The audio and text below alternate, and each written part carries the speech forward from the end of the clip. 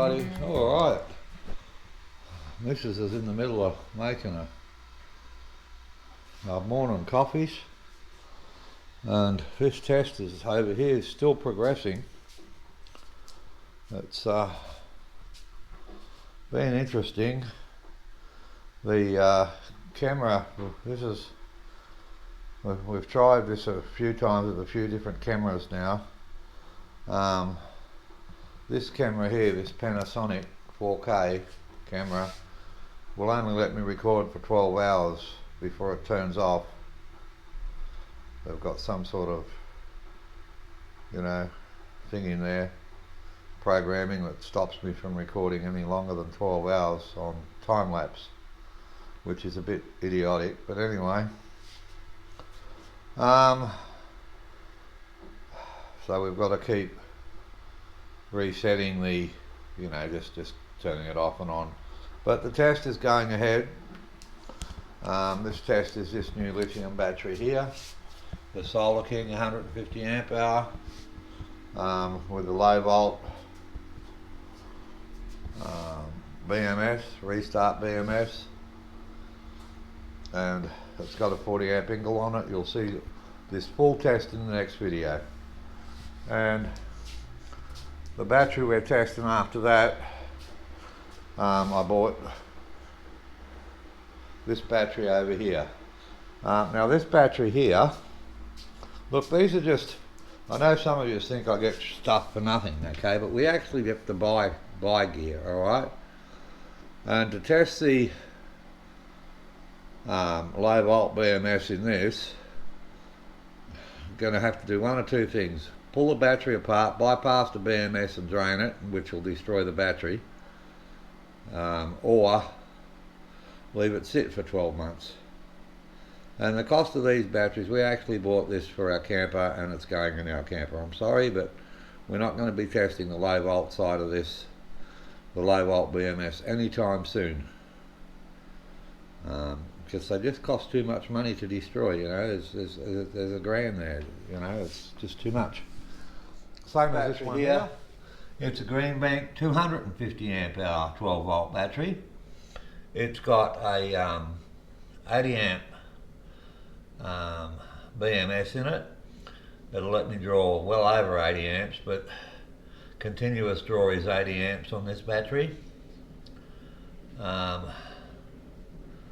It's 250 amp hour at the 5 hour rate, and it's a prismatic cell battery, and it's already got a fuse. 150 amp hour fuse is in the top there.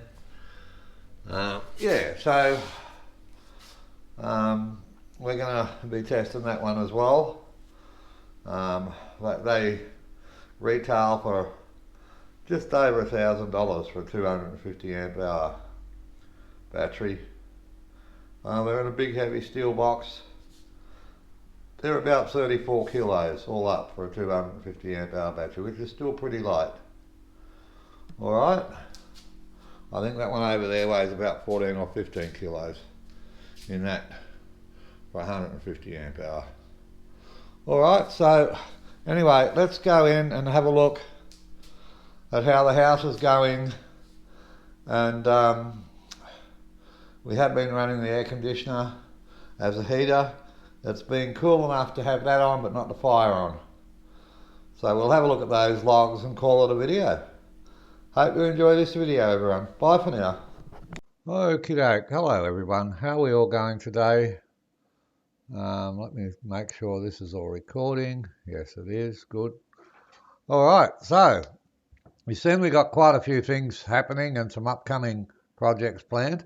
Now let's have a look at the battery. It's a little bit later on in the day because I had to stop and fix a broken chair, but we're back into it again. What we have here currently is solar and power use. I have not added state of charge. Let's add diurnal pattern. There we go. And let's add the state of charge. So that's where the batteries are at right now. Now, the interesting thing is, it's been, like, obviously we're coming out of winter slowly. and it's been cold at night, but not cold enough for the fire. So we've actually been using the reverse cycle air conditioner to heat the house. And we'll see that in the battery logs. Now, last night's power, we got down to 59%. All right, there it is. That's the state of charge. That's the batteries, this red line here. All right, you can already see we're at 97% and the time is 10:40. Okay, this isn't updating. I think it updates every 10 minutes or something. All right. So let's go back a day, and you can see here, this is the reverse cycle air conditioner. Okay, got a bit cold, you can see, and this is the reverse cycle air conditioner on as a heat pump. Okay, and you can see it's a nice gentle curve, still a gentle curve going down, and yeah. When we went to bed at 1 minute, well, we went to bed right there at, what time was that? 23:20. All right. And then we went into the normal fridge freezer cycles. That's what that is there, fridge freezer cycles. We got this peak here, I'm not sure what that is. All right, let's go back another day. Now, bear in mind, there is 1500 watts that could not be fitted to this system.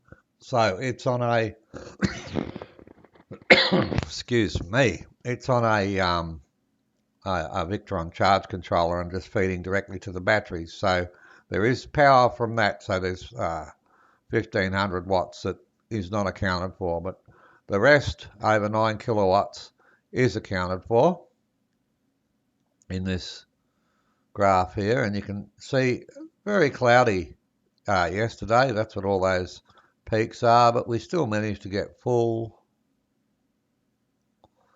at 11:20 in the morning, which was really, really good. And you can actually, there's the power use, and the solar is keeping up, and then it drops off. And that there is the reverse cycle air conditioner. Again, let's go back another day. All right, you can see here we're full. Still a very cloudy day. We were full at 12:25. I mean, these lithium batteries, the Greenbank lithium batteries and the DA inverter are just truly amazing. They really are. They've totally, like before, I mean, we could do the same thing with the lead acid bank, but it was a massive lead acid bank. You just go look at my old videos to give us the freedom to do what we're doing now with a battery bank half the size. Like the lead acid, the AGMs were 1000 amp hours. Okay, these batteries, there's two of them, and they're 250 amp hours each for a total of 500 amp hours. And we've actually got more usable power from those batteries. So it's, look, lithiums are the go.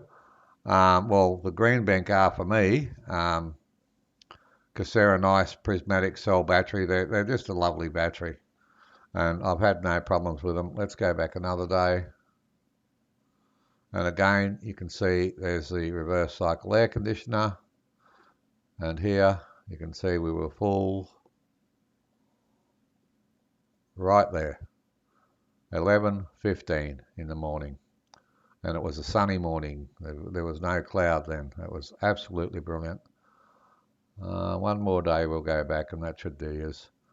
And again, you can see the reverse cycle air conditioner heating the house because it was just too warm. It was 14 degrees Celsius or something, which is really too warm for an inside fire, but perfect for an reverse cycle air conditioner.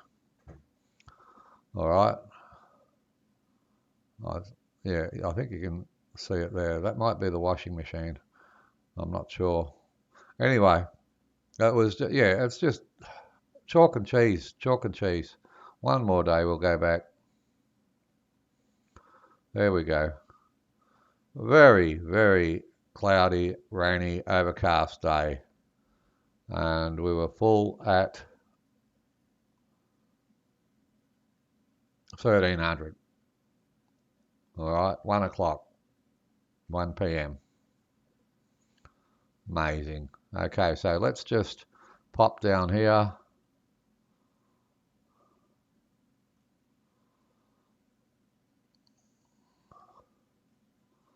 Now remember, there's 1500 watts of solar that's not being recorded down here.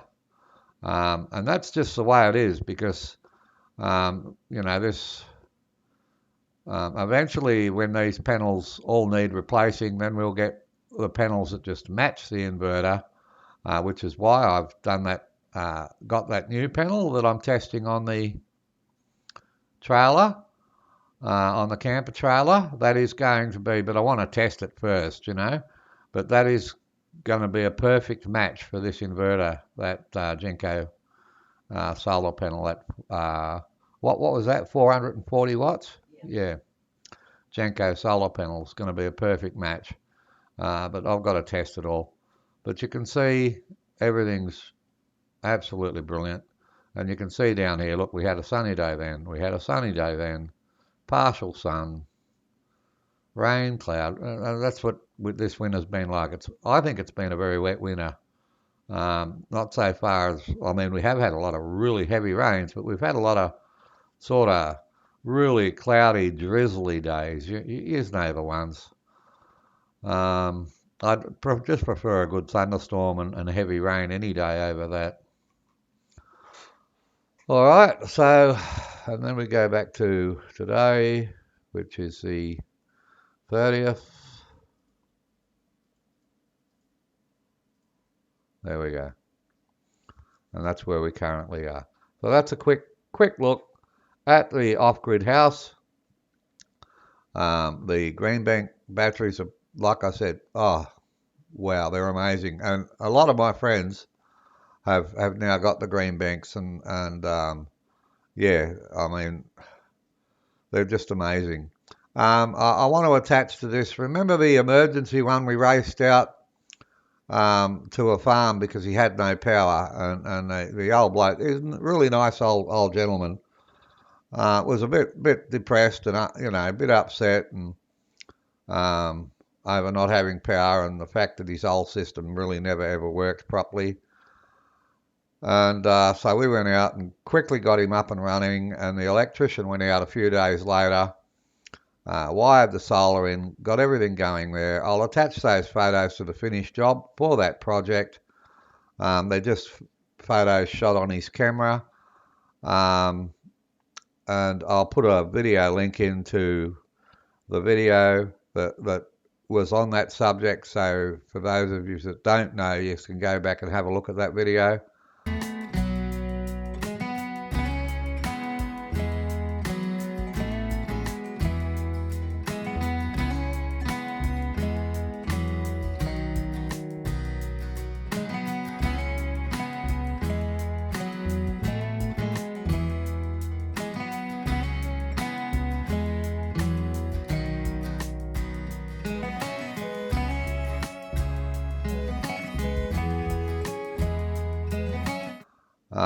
Look, I just really enjoy helping people, and then seeing once they've got the right system for their house, okay, I really enjoy their happiness, you know. I mean, they're just beaming and they're happy, and he's got a system that's going to go for years and years and years and probably see him out. And for me, that's everything. That is everything for me, you know, because off-grid does not have to be hard. It doesn't have to be a chore. You've just got to stop listening to salesmen, okay, and talk to people that are actually doing it properly, you know, not just with badly wired systems and hodgepodge bits and pieces all put together, but talk to people that are actually doing it properly, running a normal house off-grid, which our house is a normal house, off-grid. Talk to people that are doing that, okay? If you're considering going off-grid, and get a system that is right for you, not a system that the salesman wants to sell you. All right, keep safe, everyone. That was my advice, and yeah, if you enjoyed this video, please give it a thumbs up. If you didn't enjoy it, then please give it a thumbs down by all means. Both help my channel immensely, and please comment. Or if you don't want to chat and say hello, just leave an emoji, a smiley face or whatever. You know, it's all good, people. Helps Ziggy and I out immensely. Okay, bye for now.